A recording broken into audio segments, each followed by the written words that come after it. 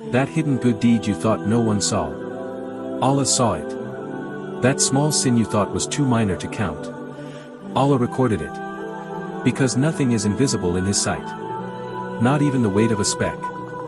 These verses from Surah Az-Zalzalah are powerful.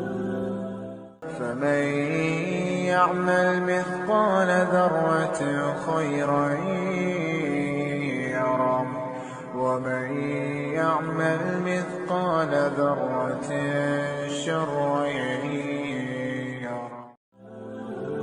So whoever does an atom's weight of good will see it. And whoever does an atom's weight of evil will see it.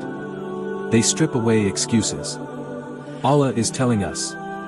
Every tiny action matters. The smile you gave someone in pain. Recorded. The rude word you threw without thinking. Recorded. The secret charity you gave quietly. Recorded.